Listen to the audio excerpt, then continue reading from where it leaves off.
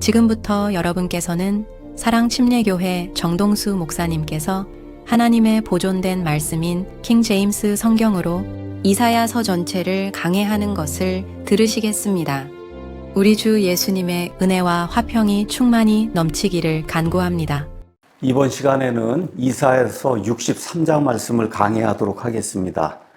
제가 제목을 예수님 재림의 때에 여호와 하나님께서 승리를 선포하신다 이렇게 이제 잡았습니다. 우리가 지금 이사야서 후반부를 공부하고 있습니다. 1부는 1장에서 39장, 2부는 40에서 그 다음에 66장. 지금 66장 가운데 맨 끝부분을 우리가 이제 공부하고 있는데, 이 2부가 이제 시작이 되면서, 여러분 아시는 것처럼 40장 가서 읽어보시면은 1절에 이스라엘을 위로하라고 하는 하나님의 말씀이 나오고, 하나님께서 이스라엘을 용서하셨다는 그런 말씀이 나오며, 그 다음에 5절 가서 보면 재림의 때에 주의 영광이 나타날 때 온 세상의 모든 육체가 그 예수님을 볼 것이라고 하는 그런 말씀이 이제 기록이 되어 있습니다. 이사야서는 영광을 선포하는 그런 하나님의 말씀이에요. 영광은 하나님께만 속한 거예요. 그래서 하나님의 영광을 어느 면에서 가장 극대화해서, 그래서 하나님의 통치가 이 땅에 이루어지면서 하나님께서 영광스럽게 되시는 이런 거를 가장 잘 보여주는 이런 말씀이 이사야서다 이렇게 이제 이야기할 수 있고, 제가 지난번에 언제 한번 말씀드린 것처럼 영광, 글로리라고 하는 그런 말이 단수로 성경 전체에 402번이 나오는데 이 가운데 50번이 이사야서에 나오고, 그 다음에 이사야서 이제 끝부분에 가면 이제 59장에서 이제 66장 여기에 영광이라고 하는 그런 말이 15번 이상이나 나온다. 그래서 이사야서 끝부분으로 가면은 하나님께서 영광 받으시는 그런 일, 하나님의 영광, 이게 가장 큰 주제라고 하는 것을 우리가 이제 볼 수가 있습니다. 자, 오늘 63장은 19절로 되어 있는데 하나님께서 새롭게 승리를 선포하시고 아마겟돈 전쟁에서 하나님의 백성 이스라엘을 구출하시면서 영광을 얻는 이런 내용이 이 안에 아주 진하게 이렇게 이제 기록이 되어 있습니다. 다시 한번 제가 말씀드립니다. 이스라엘 대체 신학, 교회가 이스라엘 대체했다 이런 그 천주교 신학, 또 천주교에서 나온 그런 개신교 이런 대체 신학은 천주교의 어느 면에서 모든 신학적 배경을 놔준 어거스틴이라는 사람이 만든 잘못된 이론입니다. 어느 면에서 허구예요. 그래서 교회가 이스라엘을 대체했다는 이런 시각을 가지고 성경을 읽으면, 그러면 특별히 구약성경, 신약성경에 나와 있는 하나님의 예언의 말씀을 해석하는 것이 불가능합니다.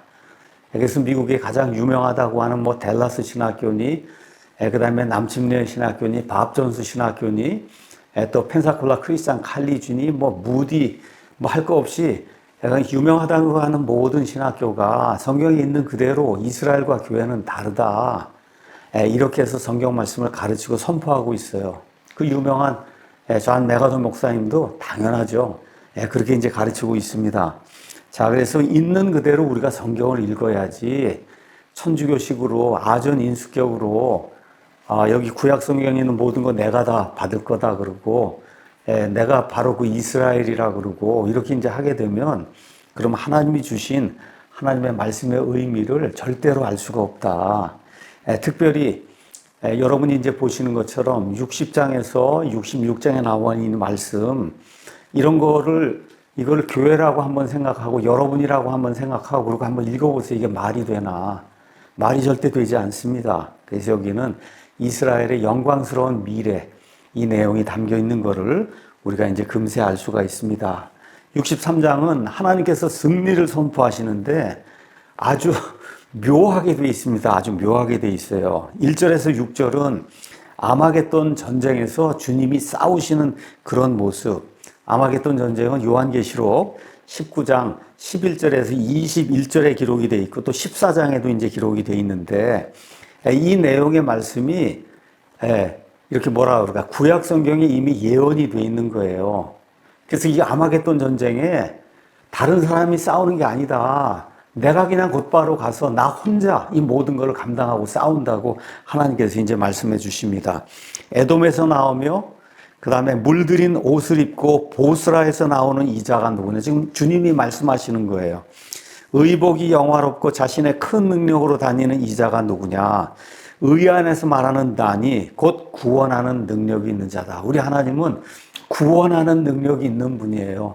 죄에서, 지옥에서, 사탄 마귀의 권세에서, 불호수에서 저와 여러분을 구원할 수 있는 그런 능력이 있는 분이다. 예수님의 이름이 뭡니까? 뜻이 그가 자기 백성을 그들의 죄들에서 구원한다.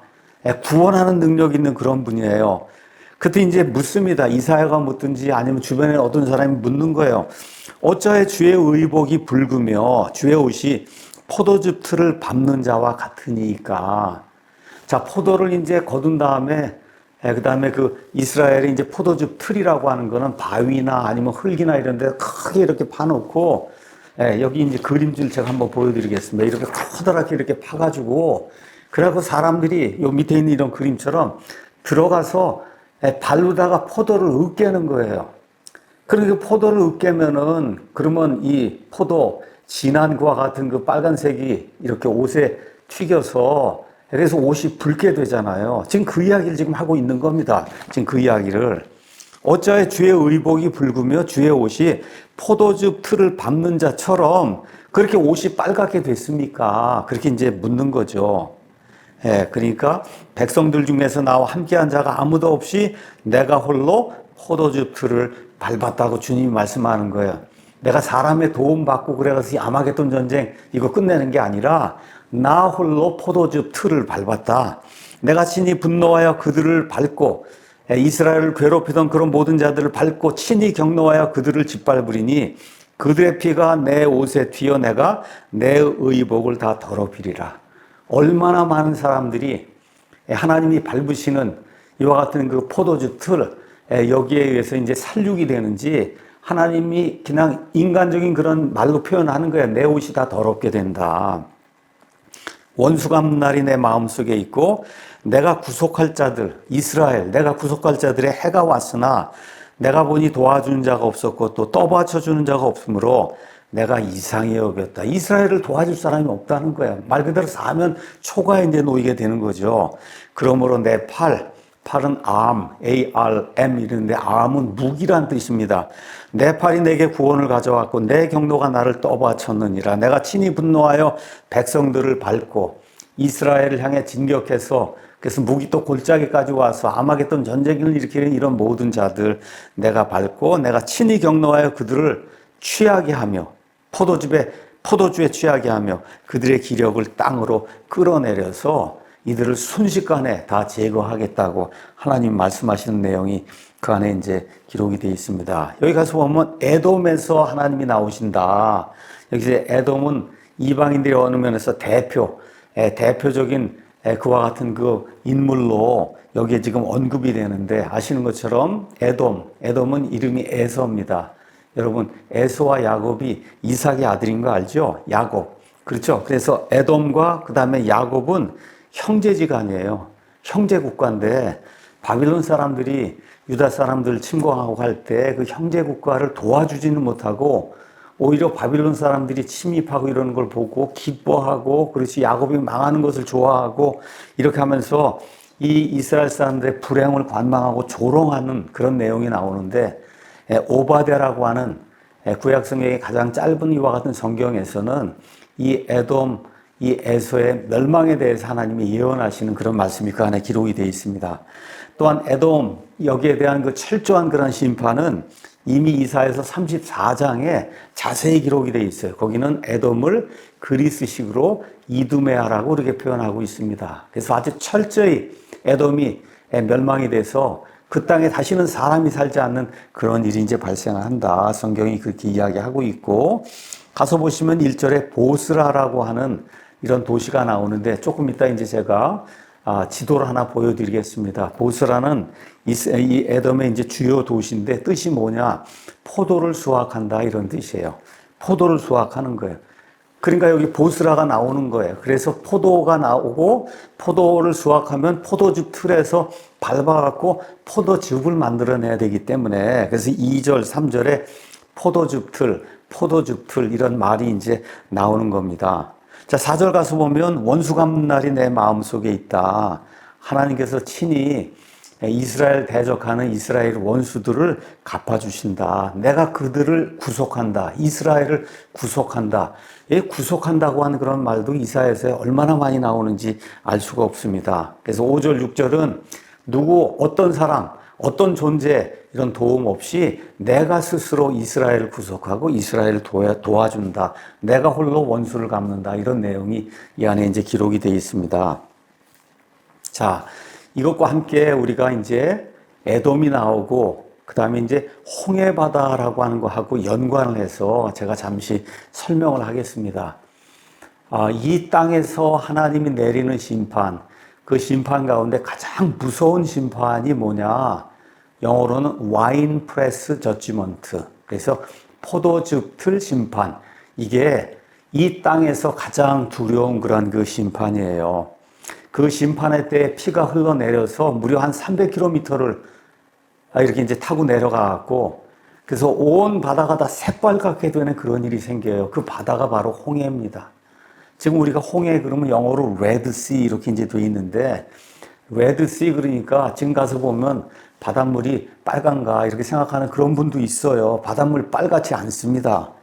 근데 왜 이상하게 성경이 이 바다를 빨간색 바다라고 그러나? 레드씨라고 이야기하나? 실제로 에돔의 이름은 뜻이 불다 이런 뜻이에요. 불다. 그렇죠. 붉은 죽. 이렇게 팥으로 이 에서가 이제 죽을 썼는데, 그렇죠. 그 죽의 색깔이 붉잖아요. 이런 의미에서 에돔이라는 이름이 불다 이런 뜻을 가지고 있어요. 창세기 25장 30절에. 아까 말씀드린 대로 고대 포도즙 틀은 이렇게 포도 몇 개 이렇게 넣어가지고 이렇게 짓눌러서 하는 그런 게 아니고 엄청난 규모, 뭐 예를 들어 가로 세로 10m, 그렇죠? 이 정도 되는 이런 데를 이렇게 바위나 아니면 흙 이런 그라운드 이런 땅에다 이렇게 파고 사람들이 이 안에 들어가서 발로 이거를 으깨는 거예요. 이렇게 되면 포도즙이 이렇게 나오면 그 포도즙을 밑에서 받아가지고 그래서 이거를 보관해서 1년 동안 이스라엘 사람들이 먹는 이런 구조로 이제 되어 있습니다. 자, 그래서 여기 가서 이제 포도즙 틀을 밟으니까 사람들이 입고 있는 옷에 포도즙이 이제 튀어갖고 그래서 옷이 시뻘겋게 이제 되는 거죠. 지금 하나님께서 이스라엘을 위해서 싸우시는 모습을 지금 이렇게 이제 기록하고 있는 거예요. 자, 마지막 7년 환란기 끝부분에 아마겟돈 전쟁이 이와 비슷한 형태로 진행이 된다. 이때 바로 하나님께서 포도즙 틀을 밟으시고, 그래서 이때 하나님께서 밟으시는 이 포도즙 틀, 이 심판이 이 땅에 존재하는 심판 가운데 가장 혹독하고 무서운 그런 심판이 된다. 요한계시록 14장 가서 보면 이런 말씀이 나와 있습니다. 14장 19절에서 20절. 지금 여기도 마찬가지로 하나님의 그 진노의 포도를 수확하는 그런 내용이 기록이 되어 있는데 18절 가서 보니까 이렇게 이제 되어 있어요. 불을 다스릴 권능을 가진 다른 천사가 제단으로부터 나와 예리한 낫을 가진 자에게 큰 외침으로 외쳐 이르되 너의 예리한 낫을 휘둘러 땅의 포도나무의 송이들을 모으라. 땅의 포도들이 충분히 익었다. 이제 이 이교도들, 하나님의 백성을 대적하는 이런 자들을 심판할 때가 충만히 이제 이르렀다는 거예요. 그렇게 하니까 그 천사가 자기 낫을 땅에 휘둘러 땅에 그 포도나무를 모아다가 하나님의 진노의 큰 포도즙 틀. 여러분, 포도를 밟으면은 포도즙이 나오기 때문에 포도주 틀이라고 그러면 안 되는 거예요. 영어 와인이라고 하는 이런 말, 여기 가서는 와인 프레스인데, 포도를 으깨면은 포도즙이 나오지 포도주가 나오는 게 아닙니다. 그래서 이 성경 말씀, 정말 잘 번역도 해야 되는 거예요. 포도주 틀이 아니라 포도즙 틀로 된 이 킹제임스 흠정역 성경이 올바른 성경이다.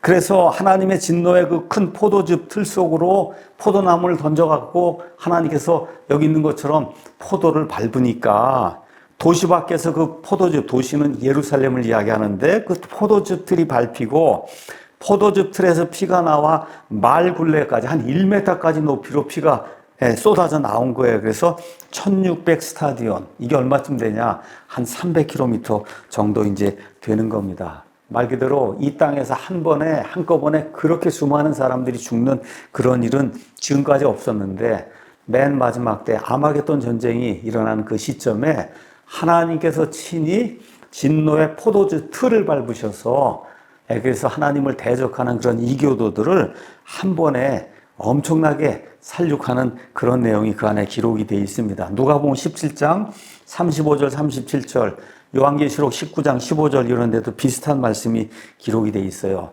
자, 그러면 여기 가서 보니까 도시 밖에 골짜기 이런 이야기가 이제 나오는데 이거는 예수님께서 이제 올리브산에 강림하는 그런 내용이 스가랴서 14장 2절에서 4절에 기록이 되어 있고 이렇게 되면서 올리브산이 반으로 갈립니다. 이렇게 반으로 갈라져요.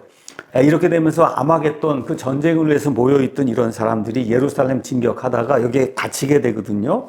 그래서 도시 밖에 마련이 된 커다란 그 포도즙 틀, 하나님이 밟으신 그 포도즙 틀에서 엄청난 규모의 그와 같은 그 살육이 이제 진행이 되는데 이 내용이 또한 이사야서 34장 1절에서 8절에도 기록이 되어 있어요. 말 그대로 엄청난 규모의 대량의 피가 흘러나옵니다. 그 피가 얼마만큼까지 가냐. 가서 보니까 300km를 간다. 이 그림을 잠깐 이렇게 이제 보면은 이 그림 가서 보시면 여기가 예루살렘이거든요. 그래서 예루살렘에서 이렇게 피가 이렇게 쭉 흘러나와서 그래서 여기가 에돔 땅인데 에돔 땅이 여기 보스라 있는 데로 가는 거예요. 그래서 보스라로 해서 밑으로 쭉 내려가면 여기 바다가 있어요. 이 바다가 홍해입니다.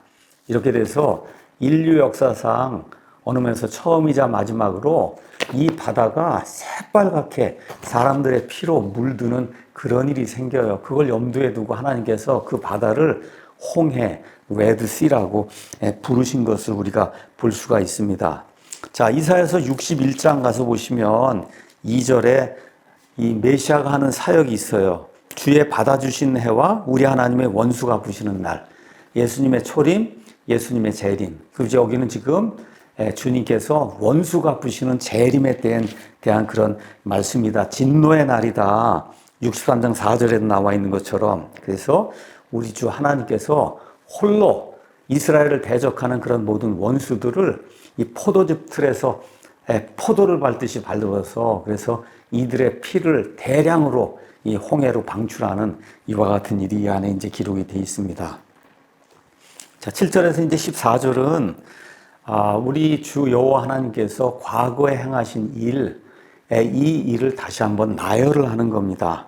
7절 가서 보니까 여기 이렇게 기록이 되어 있죠. 주께서 우리에게 베푸신 모든 것에 따라 내가 주의 인자하심과 주에 대한 찬양을 말하고 또 이스라엘 집을 향한 그 큰 선하신 이스라엘 집이에요. 교회가 아니고 즉 그분께서 자신의 긍휼에 따라 자신의 풍성한 인자하심에 따라 그들 이스라엘 사람들에게 베푸신 그 선하심에 대해서 다시 한번 회고해 보겠다 이런 내용입니다. 여기 7절에 나는 이스라엘 백성 이렇게 이제 볼 수도 있고 혹은 대언자 이사야가 이스라엘을 대표해서 이야기하는 거다 이렇게 이제 볼 수도 있습니다. 그래서 7절에서 이제 10절에는 이스라엘 백성의 반역에도 불구하고 어떻게 하나님께서 이렇게 이들을 사랑하시고 은혜를 베풀어 주시는가 이런 내용이 아주 듬뿍 들어 있습니다. 7절은 이스라엘의 이제 고백이에요. 내가 하나님의 그 선하심과 하나님의 긍휼에 대해서 이야기하겠다. 이렇게 이제 이야기하고 8절에서 9절 그분께서 이르시되 확실히 그들은 내 백성이요 거짓을 말하지 아니할 자들이라 하시며 이렇게 그들의 구원자가 되사 그들의 모든 고난 속에서 친히 고난 당하시고 이 과거에 40년 동안 광야 방황에서 이제 방황하고 이럴 때 이스라엘 백성이 고통당하고 고난당했는데 하나님 아버지도 마음이 미어졌다는 거예요. 고통당하셨다. 자기 얼굴 앞에 있는 천사가 그들을 구원하게 하시며 친히 사랑하고 동정하사 그들을 구속하시며 옛적의 모든 날에 그들을 안고 다니고 업고 다녔다. 이스라엘이 자기 힘으로 산 것이 아니다. 이렇게 하면서 하나님께서 이스라엘에게 베풀어 주신 모든 은혜에 대해 지금 성경이 이야기하고 있습니다. 특별히 하나님께서 모세 당시에 40년 동안 이스라엘 백성을 인도하고 보호해 주시고 여러분 모세가 신명기에서 그러잖아요. 구름 기둥, 불 기둥 이와 같이 하나님의 임재를 너희처럼 본 그런 민족이 어디 있느냐. 그렇게 이야기하지 않습니까? 10절에는 이들이 하도 말을 안 들으면 때때로 하나님께서 그들을 대적하시기도 하고 이렇게 하면서 40년 광야 생활을 하는 가운데 하나님을 대적하던 첫째 세대는 다 죽고 그리고 이제 둘째 세대가 드디어 이제 가나안 땅에 들어가는 그런 일이 이제 생기죠. 자, 11절에서 13절은 그냥 여러분이 읽어보시면 하나님께서 하나님 스스로 이집트 탈출에 대해서 이렇게 회고하시는 그런 내용이 그 안에 기록이 돼 있어요. 한마디로 40년 동안 광야 생활할 때 이스라엘 백성에게 이루어진 그 모든 것이 다 내 은혜다. 내가 그 모든 것을 그들에게 베풀어 줬다. 이렇게 이제 이야기하고 14절은 대언자가 이제 요약 정리를 하는 겁니다. 요약 정리. 짐승이 골짜기로 내려가는 것 같이 주의 영께서 그를 안식하게 하셨나니 이렇게 주께서 주의 백성을 인도하심은 주를 위해 영화로운 이름을 떨치려 하심이니이다. 이스라엘 백성이 뭐가 잘나서 그런 게 아니라 이스라엘 백성을 통해서 주변에 있는 모든 이교도 이런 그 국가들에게 하나님께서 영화로운 분이시다. 이거를 선포할 수 있도록 하기 위해서 하나님이 이스라엘을 그렇게 돌보아 주셨다. 이런 내용이 그 안에 기록이 되어 있습니다. 자, 15절에서 이제 19절 이렇게 여러분이 쭉 읽어 보시면은 이거 역시 마찬가지로 대환란기에 아마겟돈 전쟁을 당하면서 이스라엘이 회개하는 그런 기도구나. 앞뒤 문맥을 보면 금방 알 수가 있습니다. 그래서 예수님께서 마태복음 23장에 이스라엘이 그렇게 속을 썩이고 본인을 이제 메시아로 받아들이지 않으니까 너희가 주의 이름으로 오시는 이여 하고 나를 받아들일 때까지 나를 다시 보지 못한다. 드디어 이제 그때가 온 거예요. 그래서 두 손 다 들고 그리고 어떻게 해요? 주님이 우리의 메시아입니다. 주의 이름으로 오시는 분이여 하고 그분을 받아들이게 되죠.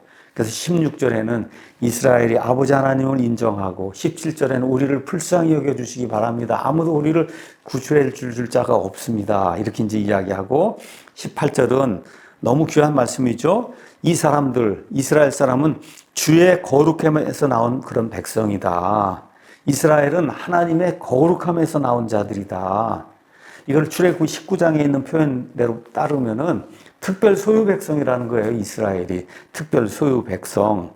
근데 이 백성이 환란기 이걸 당해서 극심한 고통을 겪으면서 그럼 하나님께 이제 탄원을 하는 겁니다. 19절에 우리는 이렇게 하나님 대적하고 배반하고 그랬지만 우리는 주님의 것이지만 우리 대적들은 하나님의 것이 아니지 않습니까? 우리를 구원해 주시기 바랍니다 하는 그러한 내용이 나와요. 이런 기도와 함께 앞에 있는 1절에서 6절 하나님께서 홀로 하나님을 도와주는 자가 아무도 없이 홀로 포도주 틀을 밟으시며 이방인들을 완전히 진멸하시는 이런 아름다운 내용이 안에 기록이 되어 있습니다. 결론의 말씀 드리겠습니다. 아마겟돈 전쟁이 드디어 이 7년 환란기 끝부분에서 이제 발생하죠. 이스라엘의 창세 이후로 한 번도 없던 그런 엄청난 규모의 환란이 이제 닥치게 돼요. 그들을 도와줄 자가 아무도 없습니다. 이 세상 민족들 가운데 아무도 없어요. 예수님께서 뭐라고 말씀하셨어요? 마태복음 23장 39절에 내가 너희에게 이르노니 이제부터 너희가 말하기를 주의 이름으로 오시는 분을 찬송할지어다. 당신이 메시아입니다. 그렇죠? 할 때까지 너희가 나를 다시는 이제 보지 못하리라. 근데 드디어 그들이 이 모든 걸 깨닫고 자기들이 찌른 자를 그렇죠? 바라보고 그분께 회개하는 그런 내용이 그 안에 기록이 되어 있어요. 특별히 스가랴서 12장, 13장, 14장에 아주 아름답게 이런 것들이 이제 기록이 되어 있습니다. 이런 그 회개의 고백이 나올 때 하나님께서 친히 그렇죠? 홀로 이 모든 이교도들을 대적하는 그런 아름다운 모습이 여기 63장에 이제 기록이 되어 있어요. 그냥 하나님께서 번쩍하고 나타나니까 그냥 전쟁이 끝나고 마는 겁니다. 스가랴서 14장 가서 보면 그 주 하나님이 올리브산에 발을 디디신다. 그분이 바로 사도행전 1장에 올리브산에 다시 재림하리라고 하신 바로 그 예수 그리스도입니다. 그래서 이런 모든 거 보면 하나님은 회개를 기뻐하는 그런 분이구나. 회개. 하나님이 용서하지 못할 죄가 없어요. 이스라엘이 그렇게 극심한 죄를 지었음에도 불구하고 하나님이 용서해 주신단 말이죠. 그래서 지금 21세기를 사는 저와 여러분, 혹시 이 방송을 듣는 분들 가운데도 아직 회개하지 못하고 하나님께로 돌아가지 못한 그런 분들이 있으면 하나님을 부르시기 바랍니다. 하나님, 저를 용서해 주시기 바랍니다. 예수님만 믿습니다. 제가 죄덩어리인 것을 고백을 합니다. 제 죄를 제거할 이와 같은 인물이나 이와 같은 어떤 존재가 없습니다. 예수님, 하나님께서 우리 인류를 위해서 마련해 주신 예수 그리스도, 오직 그분만이 저를 죄와 사망과 지옥에서, 사탄의 권세에서 구출해낼 수 있습니다. 이렇게 이제 고백을 하고 하나님께로 돌아가면, 그렇죠? 예수 그리스도의 이름을 부르면 그럼 하나님께서 그를 구원해 주신다 그랬어요. 그래서 하나님의 구원을 받고 기쁨을 누리는 우리 모든 성도들이 되기를 우리 주 예수 그리스도의 이름으로 축원합니다.